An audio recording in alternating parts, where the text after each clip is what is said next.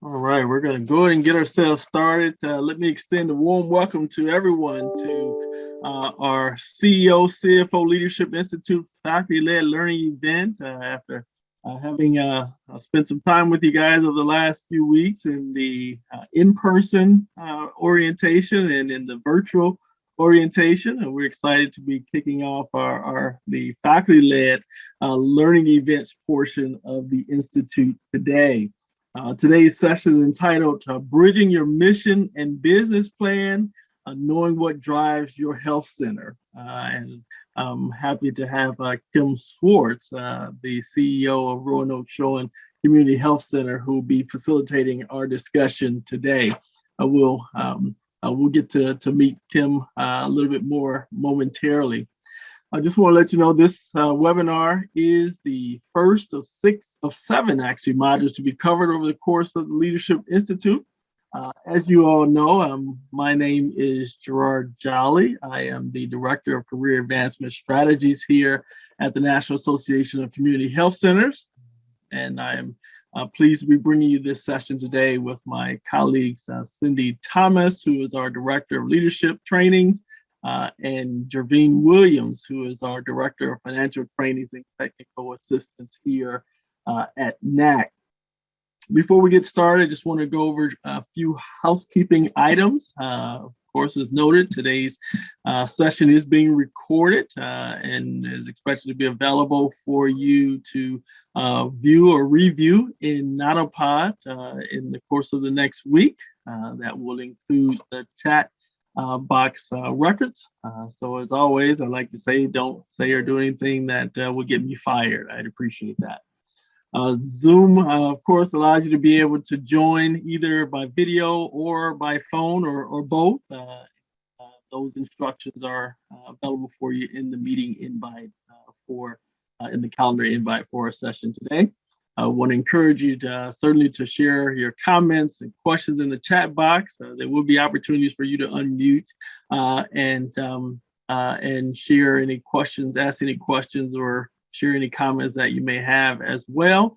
We will ask you just to be mindful when you're not speaking to remain on mute after you've said something to mute yourself or your line back.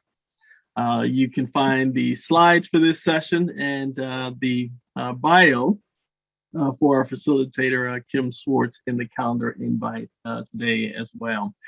The duration of today's session is approximately 90 minutes, including presentations and Q&A. So we'll look forward to spending these next 90 minutes with you. We certainly encourage you to feel free to engage, again, both in the chat box as well as verbally. So with that said, I'm happy to introduce our facilitator for today, Kim Swartz, the CEO of Roanoke Showing Community Health Center in North Carolina. Kim has been a welcome addition, if you will, to the faculty for the CFO Institute. I think Kim has been with us probably for, I don't know, maybe 3 or 4 of these institutes. And has always been well received. Again, Kim's bio is available for you to view in the calendar invite for today's session. But I want to turn it over to her so we can get ourselves started. So without further ado, Kim Swartz. Thank you, Gerard. I love working with you, and I love working and being part of NAC and being a part of the solution that we're dealing with together. So I'm gonna tell you to move that along. You can move that along. There we go. So you saw my bio. If you see it, it's not necessarily to read, but I'm going to tell you something. And I know you're multitasking because I'm a CEO too. I've been a CEO for many years, and I know what it means to do that. But I'm going to ask you for just this one start piece so that we can kind of all get into the same space. I'm going to ask you to not multitask for just a minute. And I'm going to ask you to let your soul catch up to your body and take a moment. And I'm going to invite you to put both feet on the ground. And if you're by yourself, you can even take your shoes off So, and just put both feet on the ground and eyes open or closed. Take a nice deep breath in. Just take a deep breath in and exhale that out. Drop your shoulders a little bit. Just move your mouth around a little bit. Just, where's those eyebrows? Where's that head? There you go. I love what you're doing, Rhonda. Move that head around. I love it. Please do those things. It's so necessary. And let's take a minute because we're about to extend you an invitation. And this is strictly my invitation to a brave space. I don't think there's such a thing as a safe space. So we're going to talk about that. This is a brave space. So take this moment in and listen to these words from Nikki Scott B. Jones from the People Suppers. Together we will create brave space because there is no such thing as safe space. We exist in the real world. We all carry scars and we all have caused wounds. In this space, we seek to turn down the volume of the outside world. We amplify voices that fight to be heard elsewhere. We call each other to more truth and love. We have the right to start somewhere and to continue. We have the responsibility to examine what we think we know. We will not be perfect. This space will not be perfect. It will not always be what we wish it to be, but today, it will be our brave space together, and we will work side by side. Today, it will be our brave space together. So, I know you know what I'm talking about when I say that. There is no safe space. And in this time together, what we will have to learn will be from each other too. So I am just like the Sherpa. So I've just been doing this a long time. And it's one of my personal passions to help guide along the way because so many people have done that for me. So thank you, Gerard, for this opportunity and each one of you. So I don't get to see you all on the screen because I can't do that at the same time, but we're going to have the chat monitored. So because you're going to be active in this chat and we're going to all kind of be in this together. So I'm going to minimize my chat here so we can all be together. Okay, let's go to the next slide. And we're supposed to be talking about mission and connecting to the business model. And I know that every one of you, if you've done anything, you've been through some kind of mission statement assessment. In fact, this coming weekend, our board of directors is having some wonderful folks come on. Some of you know Nancy Stern, who just retired recently from Eastern Shore. She's going to come be with our board. I know you're jealous. I just saw that look on your face. She is incredible, and she's going to be working with our team. And we're going to revisit our, since COVID, we felt very strong that we need to revisit our mission, our vision, and our values. So we'll talk a little bit about that, but isn't this hysterical? Oh yeah, let's quality. We've already used quality. Yes, we've all done this. How do you find the right words? How do you find the right phrase that's really going to be emblematic of why we show up every day and how we're responsible for what we do. So we're going to talk a little bit about the origin story. And this is one of my favorite things in the world to talk about. I'm kind of known in the community health center world of saying, and they'll probably put this on my epitaph, you know, movements have to move, and we are part of a movement. Let's go to the next slide. So one of my assignments for you all was to watch out in the rural. And I hope you had a chance to see that. And this is about our friends from Mount Bayou and Delta Community Health Center. And I know if you saw this, that there was definitely recognition of there's some things that haven't changed a lot, right? And that there's some dynamics of there that you saw yourself in there. If you can unmute or put in the chat, what was, if it was your first time to see it, especially, what reaction did you have around that? And either chat or unmute. I'd love any either one of those. It's all completely helpful today.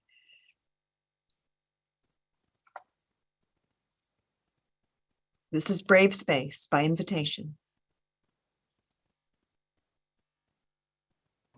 Can you repeat the question? I sure can. Thank you for asking that. So if it was the first time or just maybe the second time you saw that out in the rural, what was your initial reaction as you watched that origin story of this community health center and how we got started? This is Christy. I'll be brave. Thank you. I actually saw it for the first time at a PCA annual conference, and it's actually very moving. In fact, I was with our medical director and a couple other staff member at the time, and we showed this video at every new employee orientation because we were all moved by it so much. Mhm. Yes, I think that's the right dynamic of the feeling of the emotional connection to it. Others, I see some comments in the chat. The 4 reasons they are there. Excellent. Someone picked right up on that. Was there anybody in that? Was there any scene or any words that popped out as you watched that? You know, that Jack Geiger's comments in there.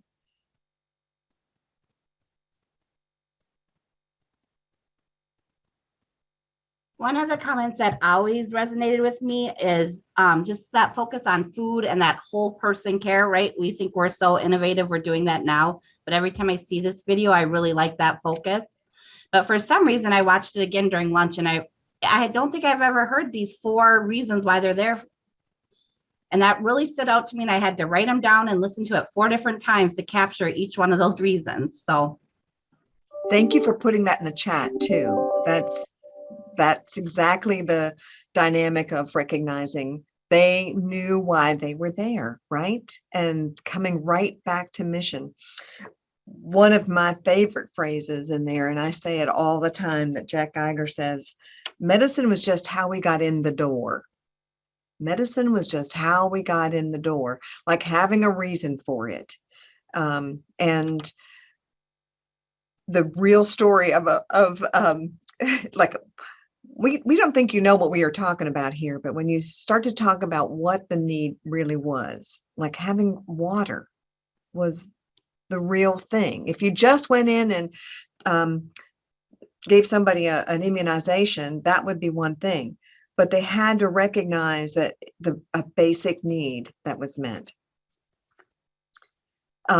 And your own personal relation. Thank you so much for saying that. Your own personal story of relating your own personal need, and how that can be addressed in that mission piece. So meaningful to know the why that they were there. And Jack Geiger saying, you know, it wasn't about us coming in to fix them, was it at all? It was the recognition that there needed to be an advocate, an ally, a bridge. And Dr. Geiger mentioned it straight up, you know, legislatively, these people were not people that made a difference. Most of them didn't even vote. So they weren't of value to the legislative system. And so they had to demonstrate what value they were and why they were there. I will tell you, our health center is in Eastern North Carolina. So this area is U.S. Congressional District 1, and if it was in its own area based by the population base, we would be the 6th poorest in the country. And when I show this, we also use this as part of our orientation. And it's the orientation with the CEO. We wait till folks have gotten past their 90 days because there's so much new stuff. And then after that, I do in groups of 4 to 6 people. And we spend an hour and a half together talking about why we are here. We talk about my health center's story. We're a little more than 16 years old, so we're teenagers in this movement. But we talk about how we got started and what sets us apart. And that's our next slide. So, and my folks and my team, they see these pictures of Tufts Delta Health Center in Mountain Bayou, Mississippi, and they see themselves in this, and they see their family. I'll never forget, I showed it in a group, and one young lady said, who I was surprised that this was her reaction, because I knew she came from a very troubled background, African-American woman in her mid-40s. And she said, this reminded me of the singing of my family, hearing the songs And that, and if you listen to the background music, you hear the traditional music, and that's what she got out of this. And I do not want to operate on scarcity. She said, I want to operate on abundance, and joy comes in that singing. All the things that are around us, we still find that connection to the joy. So seeing yourself in the mission is a big deal, and talking about this from the standpoint of how we do that. The next one is a kind of a funny thing. We were going to do polls, because I know if you've been in any Zooms, Gerard told me he is the technology today. So you're welcome to just contemplate this yourself. If we were doing a poll, we would, everybody would come up and we'd see this on the poll, but and you're welcome to put this in the chat. What drew you to the health center movement? Was it the personal experience that you had? Professional opportunity, an individual story or situation? So I've already seen a couple of folks put in the chat that there was their own story, their own situation. But what drew you as part of, to become a part of a FQHC, to become a part of the health center? And just take a minute and think about that. Center on that thought for a minute. What drew you to be in there?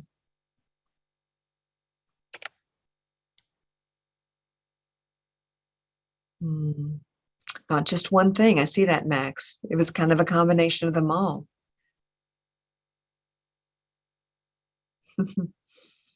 I love that this is somebody's first time in. Thank you so much. It's great. The professional opportunity. So pulling together your personal experience and the professional experience. Oh, I fell in love with the people here. I love that, Jamie. Yeah, that's really meaningful. Finding a purpose to represent the underserved. Nice. Love of community, and we serve in the immigration population. I just love that you relate that back to your own experience. That's beautiful.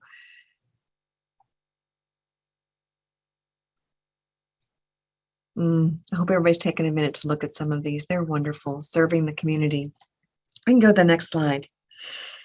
So in the movement's a continuum, as you all know. I mean, we're talking about movement and what it means to each individual person. That the movement continuum genuinely comes from where what I love about this graphic here is that you see that it's like you have to go where things are happening and what's going on there. So Michael Andre from Excel Community Health Center, this is a great link to their mission and their movement and how they came about to the work that they're doing, which is incredible work, that they're addressing the issue of where the community is. So go to the next slide, Gerard, please. So this in the continuum was addressing go where people are. And so that was what started with the community health center movement. It wasn't let's set up this towering piece. Where are the people? So out in the rural, the sisters, I just love the picture of them going into the home and with the newborn baby, just taking that soft towel and showing mama how to clean the baby and pulling off that little bit of, we know those of us who've been moms know that little bit of newborn skin that comes off, and so that they can be cooler, just those pieces of the being in the home. What a privilege it is. But same thing of being in the community. So the idea of that you go to the medical mall, this is actually in a mall. Because that's where people came at that time. That's where people came. How do you serve the folks that are, show up where people are? So the Thad Cochran Center was launched in 1997 in an abandoned shopping center. What is already there that you can link into and walk side by side from? So often people think we've got to have something new. We got to build something new. We got to be a part of something that's, new and shiny. But so my community health center in our little town that's in Woodland, that's about 20 miles from where my center location is, a doctor who had been there for 60 plus years was wanting to retire, and we couldn't use his facility. And so the town came to us and said, the bank that was built 8 years ago closed 3 years ago. And wouldn't that make a nice medical center or clinic? So I went to the bank and I said, hey, listen, don't you want to give that to us? They said, I can't give it to you, but boy, I negotiated them down. I got this brand new bank that valuated it at between $400,000 and $500,000 for $25,000 and turned the vault into an exam room. So, and right next to the post office, the drive up is another set of exam rooms because we had a roof line for that. And this now that was this wonderful bank in town because it was centrally located in a good location. People knew where to go. Is now turned into a wonderful Woodland primary care. And that's where folks followed up. Our sweet doctor who was there was ready to come on board at 92 years old. And unfortunately, before we could open, he passed away. But he was ready to be there. He was ready to be there. So what is in your community? This is a new open poll. I don't even have it on a slide. What in your community that's already there do you see yourself showing up in? What is it in your community? If you've got examples of that in the chat, that would be lovely. What is it? Where is it? Where can you show up in your community as part of your movement? Where is it that you can show up that might not be showing up? Are you a homeless community health center? Are you a migrant farm worker health center or public health? Those are obvious. Ooh, schools. I love that. Oh, right where the kids are, right where they are. That's great. I love that in the schools. School-based health center. We've got one of those too. How exciting that is because you're right where they are. What else? Oh, shelter, community schools, treatment center. Yes. One of the conversations like this, youth behavioral center, great. Food pantries, mobile food pantries, public housing, great. Went back to a shelter that she had left. Oh, I hope you can talk a little bit about that. So I love the bounce back. Like, hey, it didn't work out this time, but it might work this time. Yeah, I would agree, Kim. I think that's what's happening is we shut it down. I wasn't here when they shut it down, and now we have kind of new energy and new movement, and we really feel like that's where we need to be. So we just started 2 Mondays ago. Oh, wow. I'd be so interested to hear how that will play out. That, okay, we were there. It wasn't a mistake. It just maybe the timing. Maybe the timing. Excellent. Chapter house on the Navajo reservation. Lynette, can you talk a little bit about that? Hello, this is Lynette Bonar from Tuba City, Arizona. Hey, Lynette. Can you hear me? Yes, we can. Yes, please tell us a little bit about your experience. So our tribe is in northern Arizona, and actually we have a mobile health clinic. So we have mobile medical vans and mobile dental, and we park at what's called chapter houses, and we have about 8 or 9 communities, and we just park outside with our mobile van. And then with our mobile dental vans, we go to all the schools. Love that. Love that. Showing up where people are, and that consistent piece showing up at the chapter house. I imagine that being consistent with that has made a difference. It does make a difference. People expect you to be there now.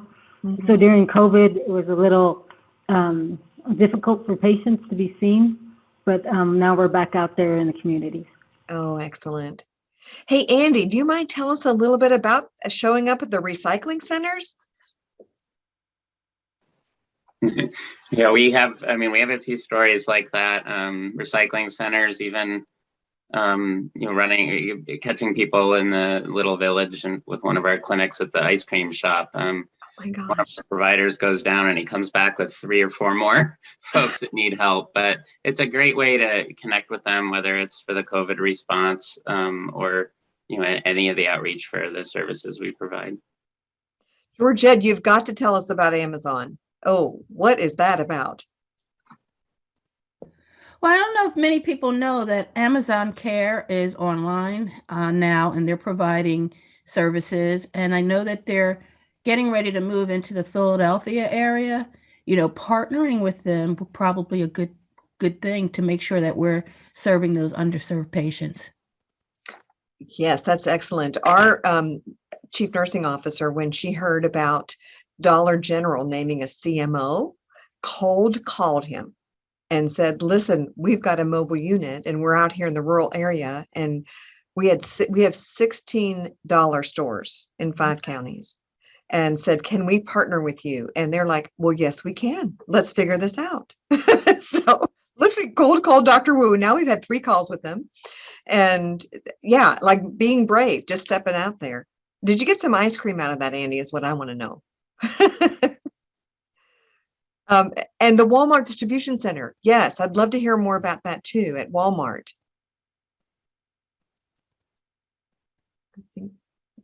Georgette, you at Walmart as well too, Yeah, right? sure. Yeah, Walmart, they have some of them have many centers in there right now. Mhm.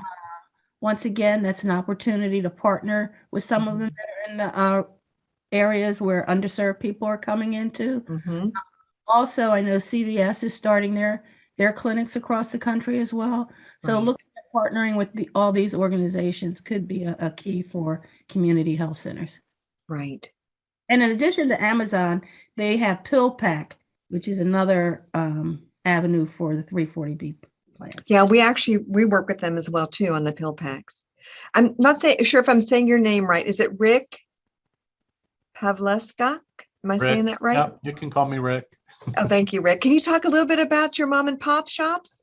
Sure. So we started it as an HIV and AIDS organization many years ago and then transitioned into an FQHC. So a lot of the HIV outreach interventions really focus on reaching people where they are at, just similar to what we're talking about, but going to nail salons, beauty salons, going to barber shops, the small mom and pop shops like the Botanicas and some of those others in the community, to distribute literature, distribute condoms, do HIV testing if they have a space that's accessible for us. And then from that, all of our outreach workers on the HIV and AIDS program are able to link people and refer them in for full services, for primary care, all of the other services. So while we're there, we can ask, do you have a doctor?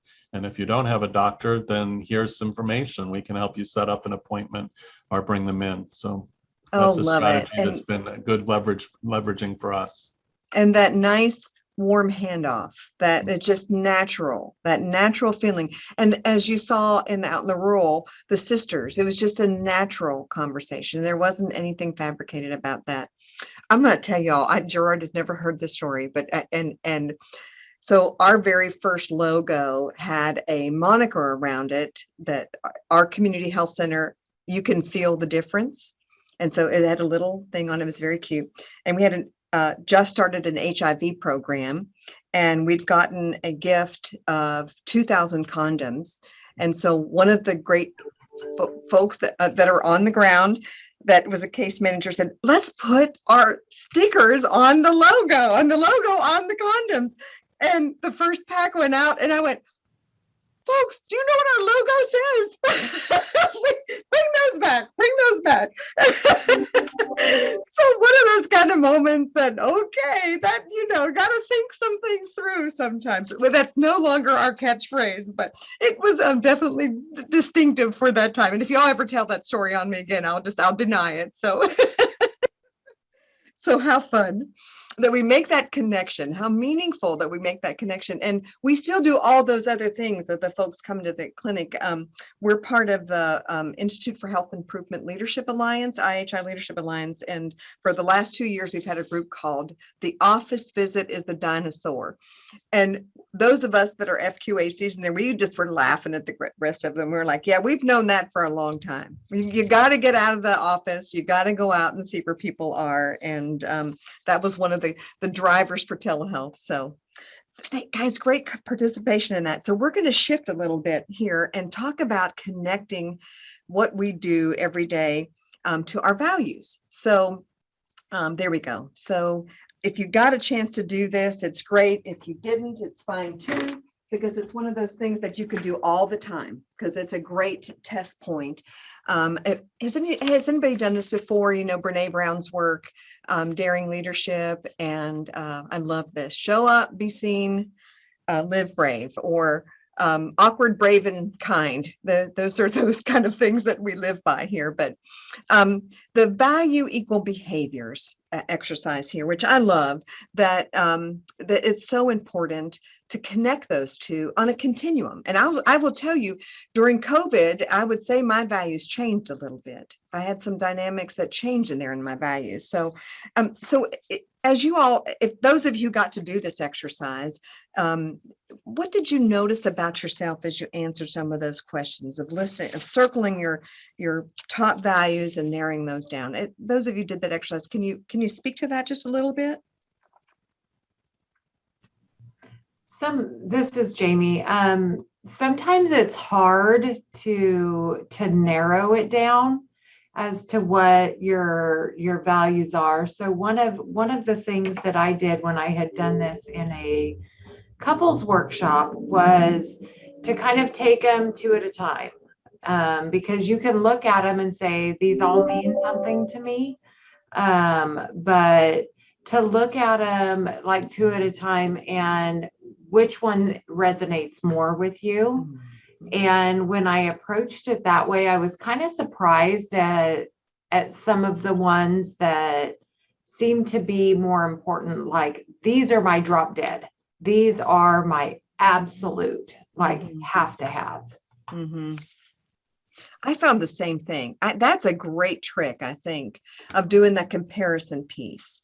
Thank you for putting the question back in the chat to remind us, because I think that is a key component. Like, it's not an either or, but what resonates, what, even feeling it, trying to find a word, serenity compared to simplicity, what is that resonates a bit more with you? And I know right now with my parents, they're trying to determine their own values of living independent. We're in that place that we're trying to determine what's the best piece. Well, what do you value? What is it? I love the work around, I can't call his name this minute, the physician who wrote the wonderful book about aging. It'll come to me in a minute. It's not Sanjay Gupta. It'll come to me in a minute. But what does a good day look like? What is it that you value today? What is it that in the work that you do? And I think I love what you said about the valuing in a couples. It's different than what you value with what you work on, and then what you value as an individual. And the key is, how do you put that together? What I call the Mobius strip. That Mobius strip looks like the figure 8, that if you turn it around, the inside is always the outside and the same. How do you do that? That you want those values to be a part of who you are every day, and determining that. What about the question? It's in the link, and we'll pop that back in the link there too, about the exercise. But what about one of the questions in there? Who are the people you want to have around you who support and protect your values? As a leader, how do you foster that? As a leader, how do you foster that kind of environment that's a reflection of personal and professional values? Oh, I like that, Cindy. The top values all interrelate and they lead each other to more depth. Cindy, can you say a little bit more about that? Sure. So I guess I sort of, as I'm seeing, kind of like, if you're familiar with the Celtic knot or anything that kind of lines together, I feel like as my top values come together, they're not really they're not necessarily like distinct, very different. They are somewhat, but they lead one another. So mine are like faith, family, and I sort of culminated ethics, integrity, and honesty as one idea, and growth and learning. And the more growth and learning I do, the more faith and family become more important to me, which leads me to, more growth and learning. And, they just kind of keep building upon one another and leading into more depth of character and depth of what leads my decision-making processes, and what when I'm looking at something and how I'm working with people, how I interact and how I respond or how I show up. Oh, thank you for sharing that, Cindy. That's like having those moments of reflection around that, being reflective about those values. I'm hearing you say that, how meaningful that is, of taking moments to reflect about that and how it translates. So, and then consequently, that causes you to take some deeper steps. That's wonderful. This is John, Jennifer. I go just ahead, had a Jennifer. statement to say. I know you mentioned something earlier about different space. So when I was doing this, I was like, oh my gosh, my work is the only place that I value, my values exist. And then when I look at my number one value, it's like, no, adventures. I value adventures, but I get that from my home life. And so I liked how you said that, because I was questioning, like, is my marriage healthy or not? It's like, because I value work more. But you had mentioned that you can have different values in the environment, in different environments. Does that make sense? Yeah. And I think Cindy was alluding to that even in understanding what some different values are, that you may even find that they interconnect. One of my top values is belonging. And I look at how that intersects with how I feel about health equity, how I feel about climate situation, how I feel about chronic disease management, how I feel about my children and my grandchildren and my people I work with. So like how that intersects does seem to be the deeper dive into that. John, you mentioned that you do a core values exercise with each of your teams. How has that played out for you? How do they respond to that? Can you hear me okay? Yes, sounds great. Okay. Yeah, I've done this at a number of organizations. And it's always a little bit shocking to the employees because they're typically asked to align to the company's core values. And it's always a surprise to them that their manager actually cares about what their personal core values are and cares about helping them live in alignment with the best version of those values. So the exercise that I do is just a deck of cards. I actually have one behind me here. It's basically just this deck of cards called the core values exercise. This comes from a website called bestself.co. Yeah. And it's just every card has a core value on it. And the exercise takes them through identifying what those 3 to 5 core values are personally, how they can live those out in a more real way in their work life, in their personal life. And then we have a discussion about that. Once everyone's identified their core values, we then do a sort of exercise identifying what the team or the department's core values could be based on similarities amongst the group. And then in our weekly meetings with each department, we always refer back to those. Here's what the organization's core values are. Here's what our team core values are. Mm-hmm. I think it's helpful for getting, for increasing engagement, for helping everyone have the sort of pillars that they can refer back to. And those things, in addition to work around shared agreements and shared norms for the organization, really help solidify a strong culture. John, I love that perspective of the surprise component of the staff. Like we assume we're supposed to conform, and the reality is we are who we are, our individual self. And what is it in alignment? What is an alignment? And having checkpoints for that, how valuable that is. And how much, you think about it, folks think, well, I just got to get to the work, but it is the work before the work. That expression of one of my favorite quotes from Pablo Neruda is that, 93 years old, they ask him why he still famous cellist, why he practices 5 hours every day at the age of 93. And he said, well, because I believe I'm getting better. And checking in around our values, that, yeah, how am I on that values clarification as it relates back to who I bring every day and balancing that. And we can go to the next slide. So I will say that one of the components that I have learned in understanding a little bit more about that Mobius strip is the work of Parker Palmer. If we can go to that next slide, that goes on to that one. I don't know if I've lost him along the way there.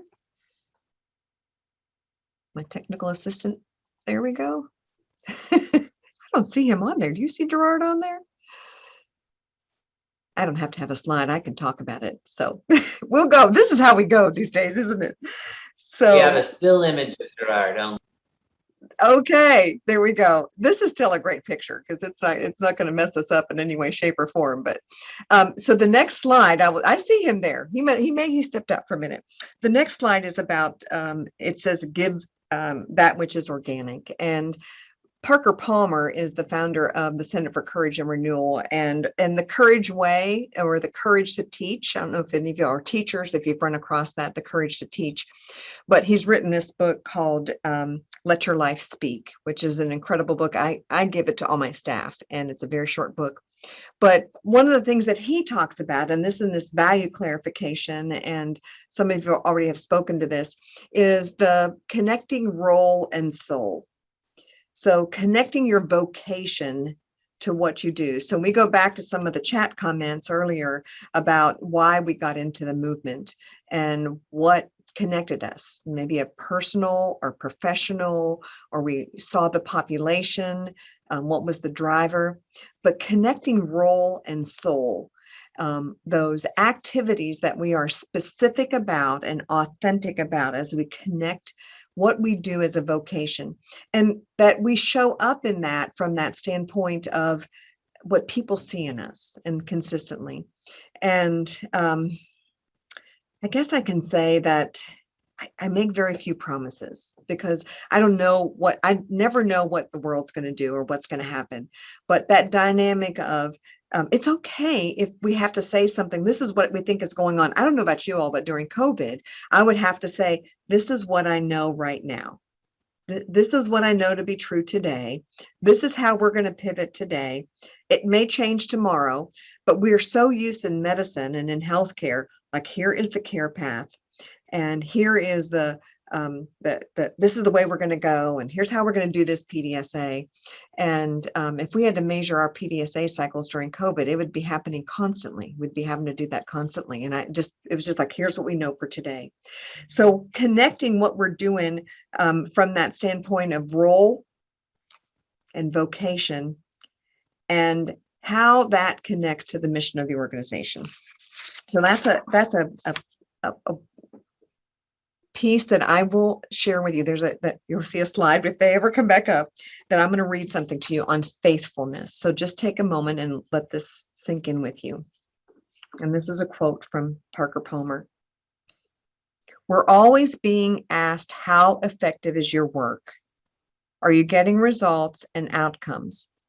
And I don't object to that, but I am really convinced that there's a terrible problem when effectiveness is our only standard and we become utterly obsessed with outcomes and results. When that happens, what else happens is that we keep taking on smaller and smaller tasks because those are the only ones we can get results with. If we want to take on big tasks like love and mercy and justice, the tasks that we're neglecting in our democracy right now, we need another standard by which to measure our actions. And I think that standard is faithfulness. And I don't mean anything high and mighty by that, Parker says. I mean, am I faithful to the gifts that I possess, to the strengths and abilities that I bring to the world? Am I faithful to those points at which I intersect the needs of the world and have a chance to serve? Do I enter that opportunity, as complex and challenging as it may be? Or do I shy away, run away for fear that I won't be able to serve or that I'll be stretched beyond my ability to serve.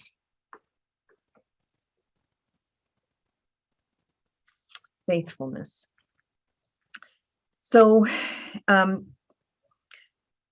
there is in the chat, let me see. Can you all still see the chat? Because Yeah. I have now lost the slides. So I don't know about you. I don't have any slides anymore. So do you have any slides?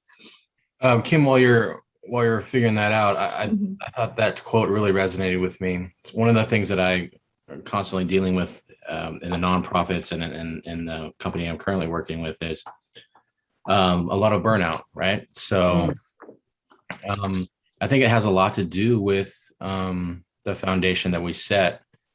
And I always like to say that bad organizations, bad nonprofits or healthcare organizations use people to get the mission done, whereas good ones use the mission to get people done. By that, I mean our main goal is to help people actualize their potential in the world. Our main goal is to help our employees become who they're supposed to be. And if it's this over focus on outcomes, results, that causes that a lack of sustainability and burnout.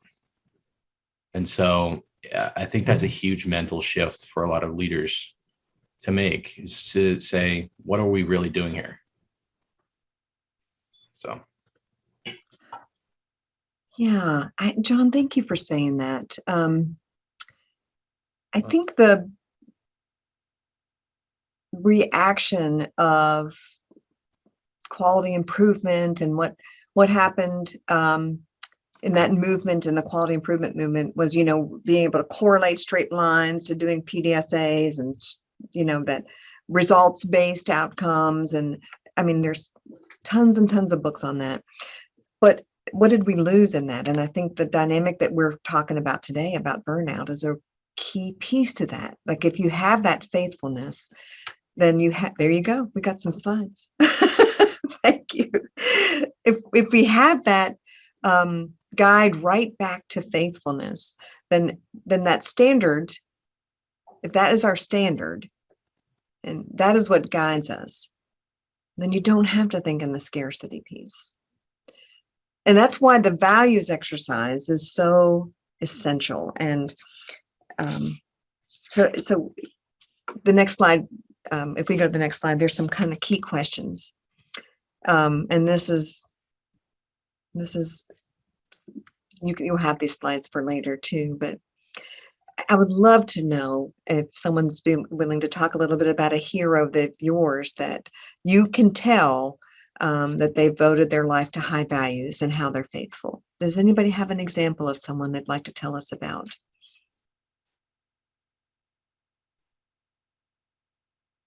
I was thinking about Colin Powell when he passed away, and how one of his values as a leader was very clear, is recognizing when he failed. And I thought that from the standpoint of the military, that wasn't always an emphasis, but it turned out to be a strength in his life. And it appeared to me, I didn't know him personally, but it appeared to me that was a line of faithfulness for him, that to say, yeah, I listened to the wrong people at that time, and how that made a difference in my perception and his perception in history. Can you think of other examples?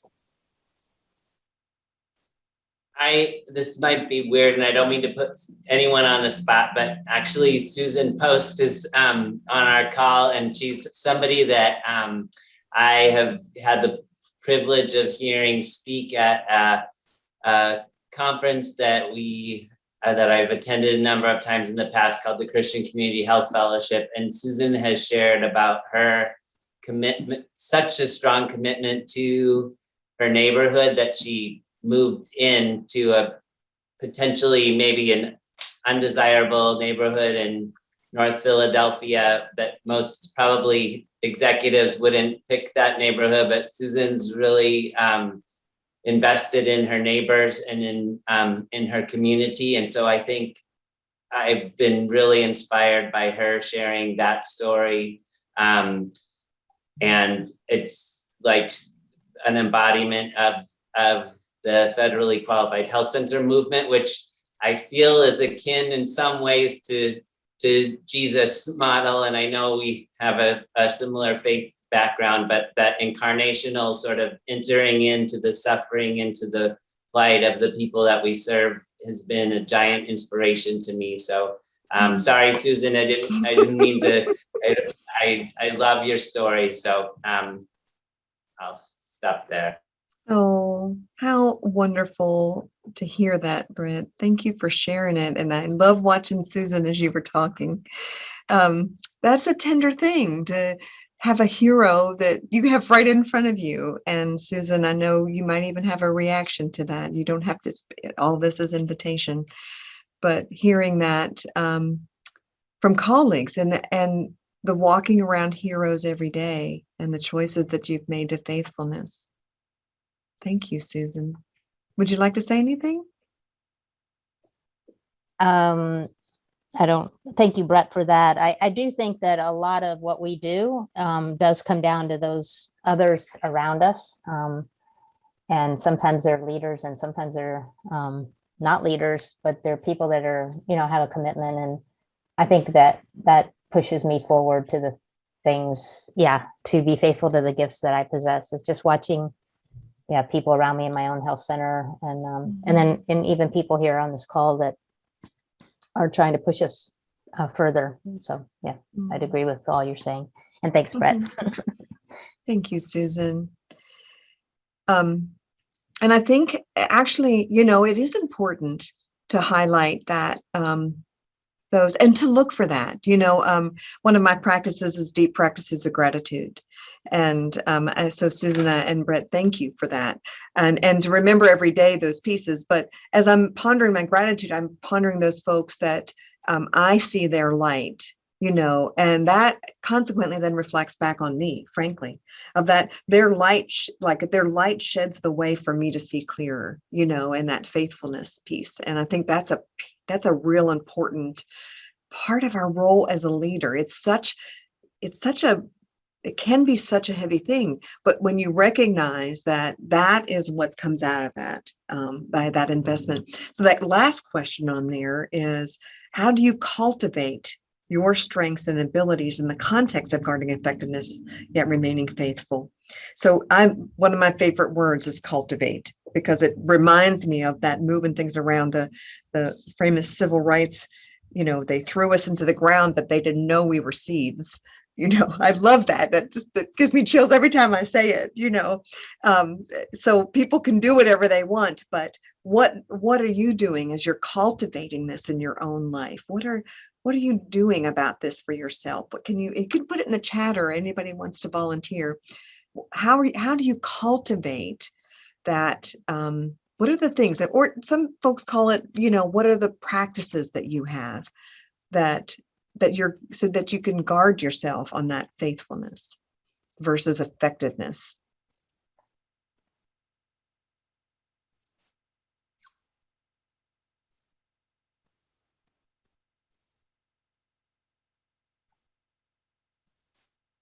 And remember, practicing is practicing. That means that sometimes we're trying to get better at it.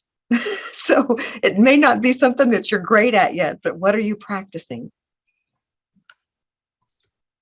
I'm a huge fan of Simon Sinek's book, Leaders Eat Last. And being a humble servant leader takes making a lot of specific decisions to counter your ego as a leader, because there are so many things that can inflate your ego as you get up to the CFO or CEO role. So we recently expanded into a new office space, and I chose the smallest office and let my other team members have the larger offices. It's little decisions like that every day to try to humble yourself and put others first. That's beautiful, John.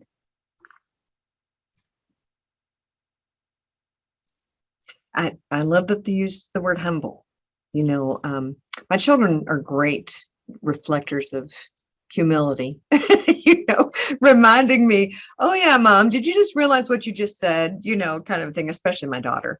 But having folks around you to illumine that, that which you may not see in our leadership, to bring that forward.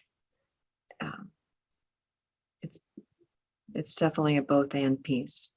Really, I kind of challenge you to think a little bit about maybe writing right now on a piece of paper, sticky note. I live by sticky notes. This is how I live, sticky notes. And write it down and put it in front of you. What is the practice that you may want to cultivate? And I'm going to take this as one of my forward things, Gerard, that that's maybe a piece that we need to take forward. What are some of the tools that other people do that you can emulate, you know, and I think for me, that's important, taking that moment. And what are some of the things that but other people do, we can learn from others in that. And I'm like you, I like Simon Sinek's work. I'm just reading Richard Rohr's book, about the second half of your life. Falling upward. Falling upward. Thank you. Thank you. And just the pieces of what it takes. I'm just finished reading You Are Your Best Thing. Highly recommend this book if you've not read it yet. Excellent. Vulnerability, Shame, Resilience, and the Black Experience. Exceptional. Just keeping some of that as how you're cultivating is learning from others, and maybe something we can add in there before we end today. You know, what podcasts do you listen to? You know, what is it? Maybe that's something that you do. You know, what and inventory some people that you admire. What do they do? Who do they listen to? How do they gain this cultivation? So let's go to the next slide. So we talk about employee engagement, and we are 16 years old now. So this is one of our sites when we were 10 years old. So we're all going on the 17-year site. And how we are examining, how we're gauging if our organization is working from that standpoint of matching our mission and our faithfulness.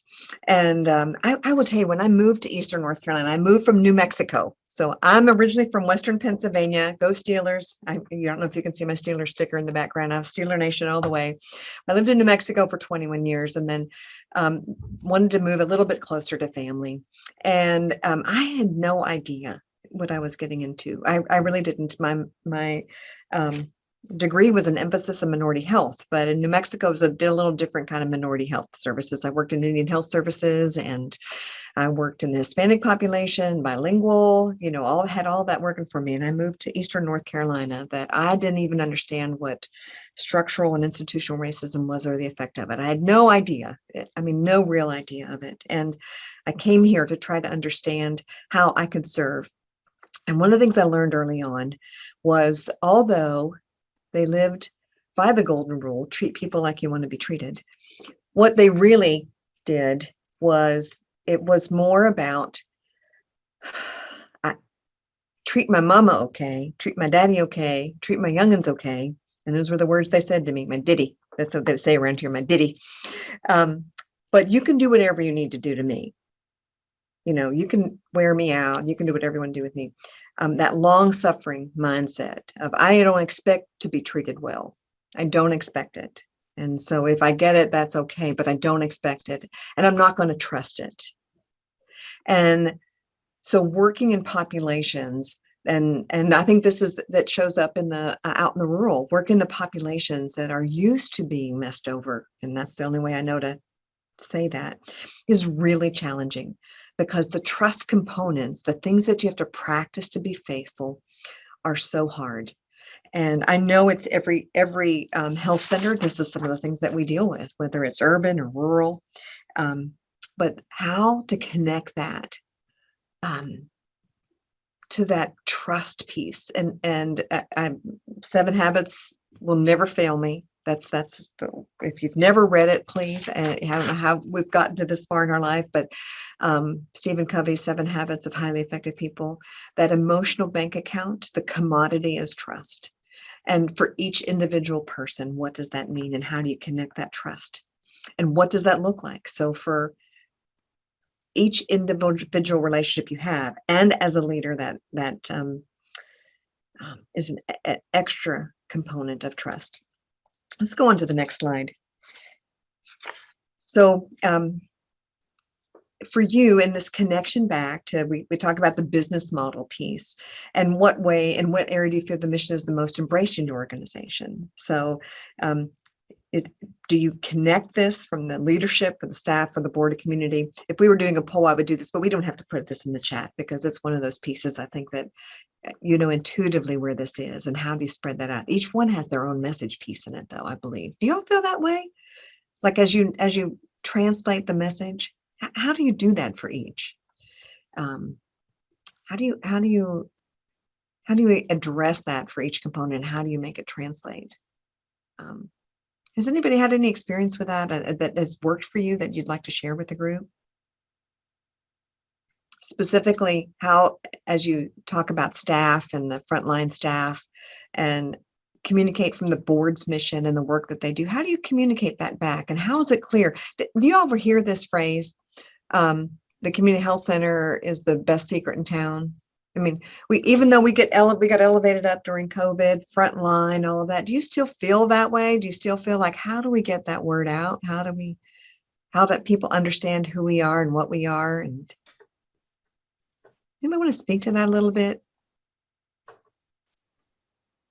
I'm happy to speak to a little bit of that. I'm Julia from Asian Health Services. Hey, Julia. So what we've done in the past is, because our mission really is a dual pillar of advocacy and services, what we've done is we've taken our mission statement, and then we have asked staff to, within all of their departments, how they actually,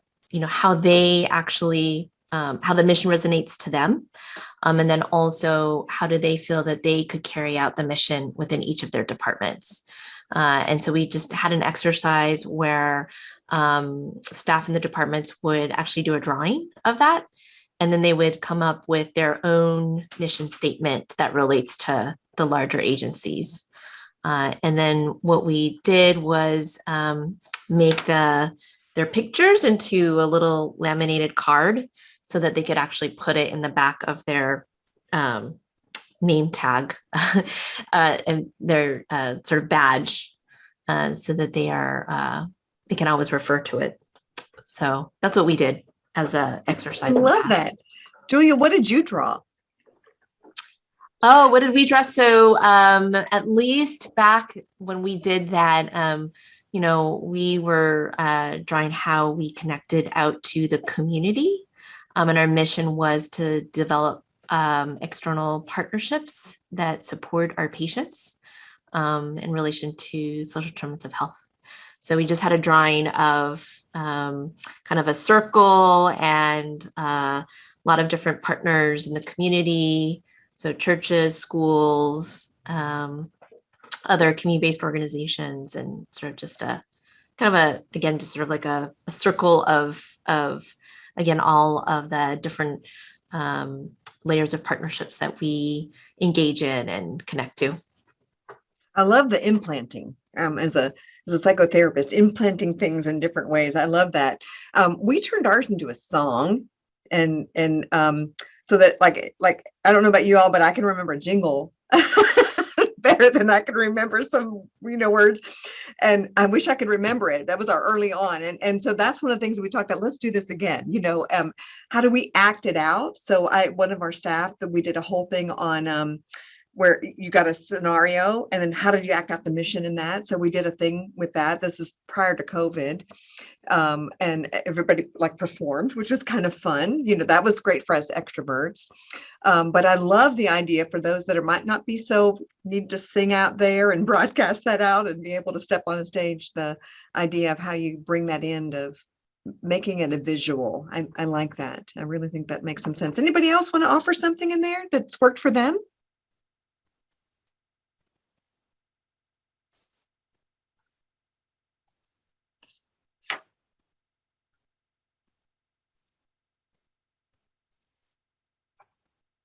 I tell you what's not worked for me. And probably that's almost easier to talk about in some ways. I remember when I worked for a hospital system and it was during Joint Commission. I don't know if any of y'all have Joint Commission issues, and they did this thing that you were going to be stopped. You could be stopped at any point in time. And they did this and they did it. They literally had like the Joint Commission police stop. What is our mission? And you have to be able to say it. And if you didn't say it, then you got a little sticker on your badge that you missed. You missed it, and you have to get it. You had to do something to get it taken off. I'm like, oh my gosh, that was not very nice. It was like the Starbelly Sneetch. I felt terrible about that. Listen, I'm going to move along here a little bit. Let's go to a few more slides. And yes, Joint Commission. You don't want to miss Joint Commission. The articles that I shared in there, great articles on engagement and margin. So check those out and you can read those. And we go to the next slide. I will tell you, I'm a Hamilton fan. I won't break out into song, but I could. But this is my favorite song. The phrase in there, this is not a moment, it's a movement. And COVID was a moment, but it was within a movement. So I will say, if you don't know that in there, I just check it out because it's a great reflection of who we are. And then 2 more slides here. Let's move along so we have a chance for some questions. So there's me with John Hatch. So he lives in North Carolina now. And we lost Jack Geiger last year. So that's a sad piece. But John and Jack are right there. And hearing their stories firsthand and in following upward, one of the pieces they talk about there is we have to understand what we've learned from our mistakes. And if you don't make those mistakes, then you aren't going to be learning. And so what it takes to risk and put it out there. And that's the brave space. Can I say that to you? That is the brave space that we're in. And that is how we learn. And not being afraid to do that. And that's how we pull that out from our mission and the movement and pulling that together. I just can't say enough about being able to stand on the shoulders of other people that have gone forward. And how can you be that for others as well? If you are a leader, and I know we're CEOs and CFOs in here, then you have that responsibility to raise the next person up as well. This last slide that I have for you, 4 years ago when I did this for NAC, this is my grandma, and she passed away for almost 4 years ago at 101. And I was her first grandchild, and I was the first girl in 3 generations. So there were 17 boys in front of me. And so people that know me now know why I'm such a little bit of a pill, I think. But I was treated very warmly and welcomed in my life. And I had this confidence because I was so dearly loved. And I felt it and I knew it. And a lot of it came from my grandmother. So I had my grandmother for a very long time. And back in 2013, so I am actually a facilitator for the Center for Courage and Renewal as well. I was actually trained by Parker Palmer. And I do retreats and things like that. And if you email me, I'll send you, I'm doing a retreat next week in Sedona, Arizona with CMEs.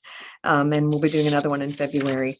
And I, as part of a 2-year retreat series that I did with the Center for Courage and Renewal, I had to write a manifesto at the end. And 4 years ago, when I shared this, I had never read it out loud to anyone else and shared it with people, but I'd never read it out loud. And Gerard knows that I hardly got through it. But I wrote this in one sitting after a 2-year retreat series of trying to get clarity on my own life and my own purpose. And it's called, I Will Live an Undivided Life. I will listen for the clear, strong voice that is my true self. I will draw upon compassion and affection and not judgment in my care and in my relationships. I will approach all with the promise of tenderness. I will draw from love and not fear. There is nothing to fear. I will slow down the pace of my days to inhabit peace and breathe contentment. I will guard my words and offer my presence. I will be the student of life. I will move with the confidence that I am so deeply loved, and that same love is extended to all. I will operate on the assumption that by loving and abiding by this manifesto, I will live an undivided life.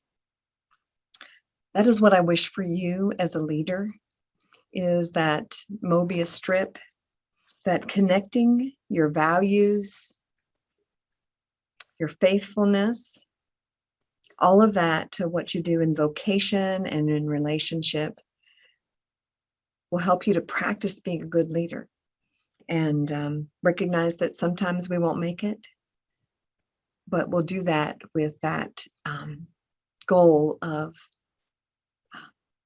that undivided life.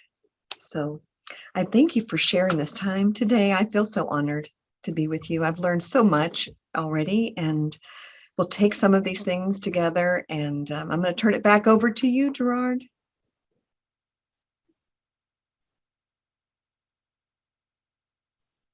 Thank you so very much, Kim. Very much appreciate you kicking us off in our faculty-led learning events. I think this is really a great start. Really appreciate the opportunities to engage with our cohort and hear from everyone's experiences and perspectives. Greatly appreciate that.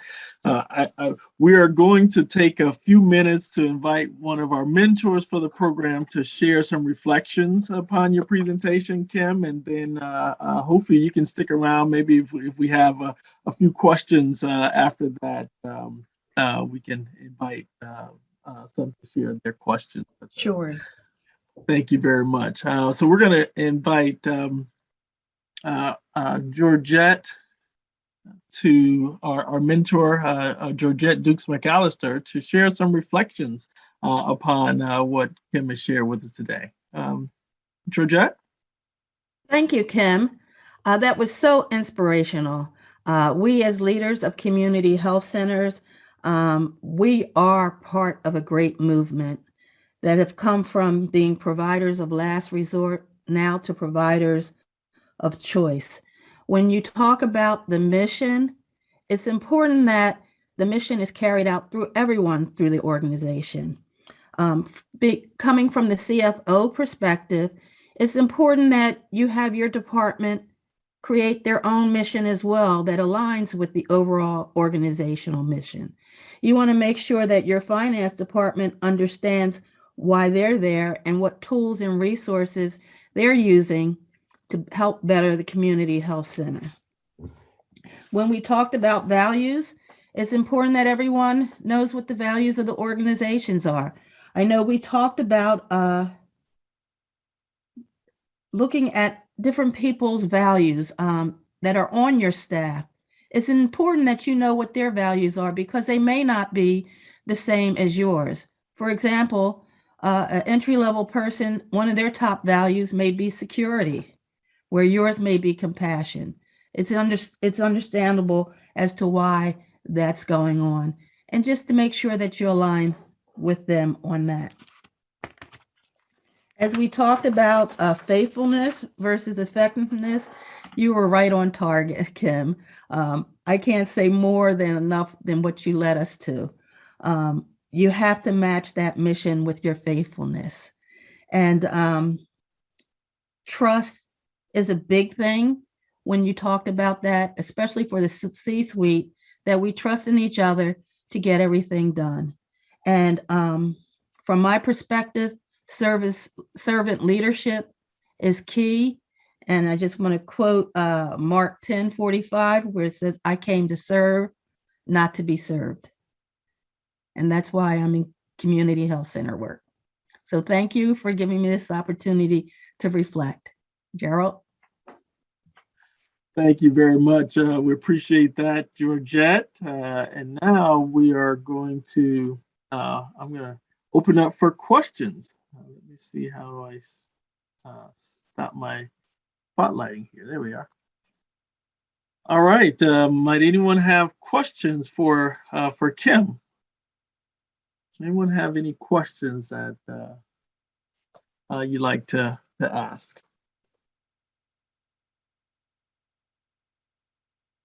Anyone have any questions?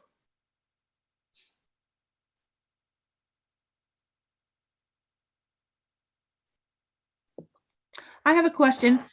Kim, I know that you're talking about looking at re-examining your mission and your value. Where do you see that going as far as with now telehealth and telemedicine? You know, I think that telehealth and telemedicine and our health center has been involved in telehealth since 2006. We were the first health center to do remote patient monitoring in the whole country as part of our chronic disease management. And so telehealth has been a part of the way we do our work. And so I would say that that is just for us a component, just like mobile unit is a means, telehealth is a means, oral health is a means, connecting through behavioral health or however we're connecting, it's just a means for the way that we do it. And again, staying faithful to, I go back to what IHI said to us, you know, the office visit as a dinosaur phrase was, listen, we're only patients when we're sick. The rest of the time, we're just people.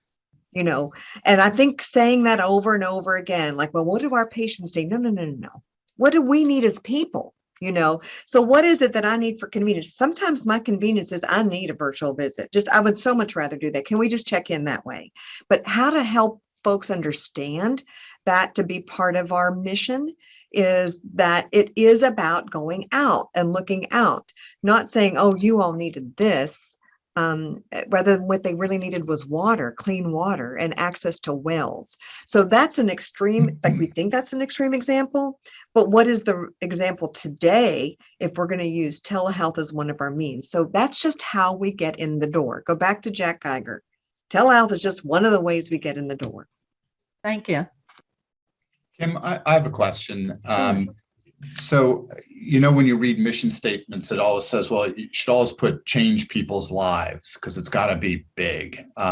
So my question is, you know, going back to the cartoon that you showed, which I thought was great, you know, to what extent do you have to, you know, think about those jargony type of words like change people's lives and then the second question is, who are you writing it for to be understandable? So if we have a largely Hispanic migrant farm population, and the way our mission is written today, I don't think they can understand it. Mm-hmm. And am I writing it for them, or is it like, who's it aimed at?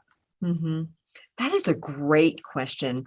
And I think from the standpoint, let's go back to, I think John said this earlier, about the values that you have personally, you know, and how to translate that in. So thinking about those people that are, you know, are for us, it's our folks that are the migrant seasonal agricultural workers. Mm-hmm.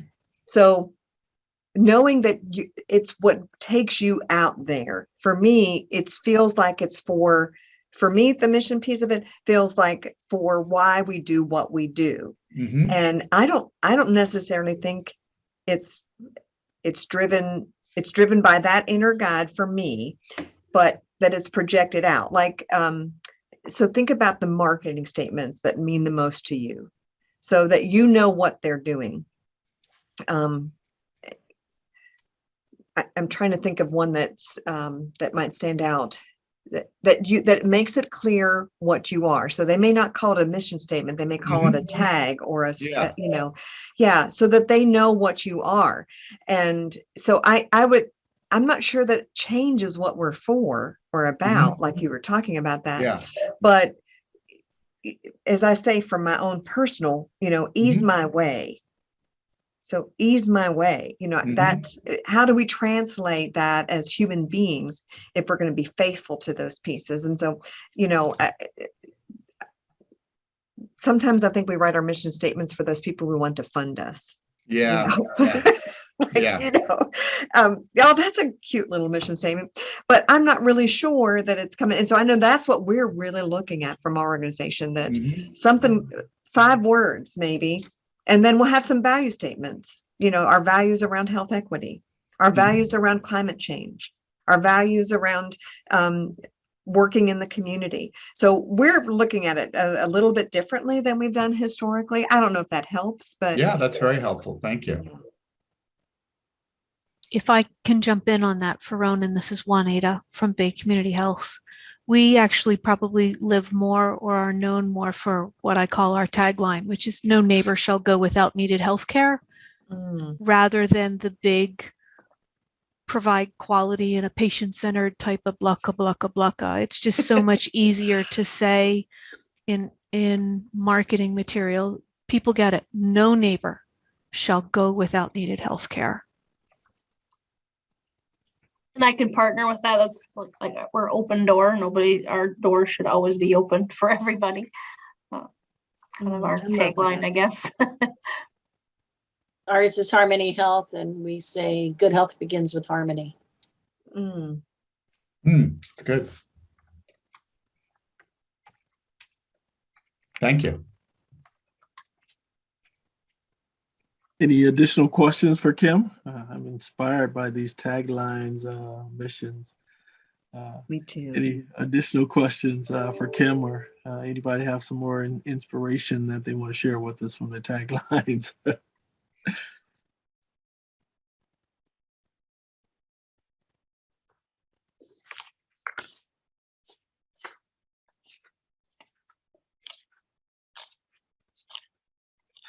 Questions going once?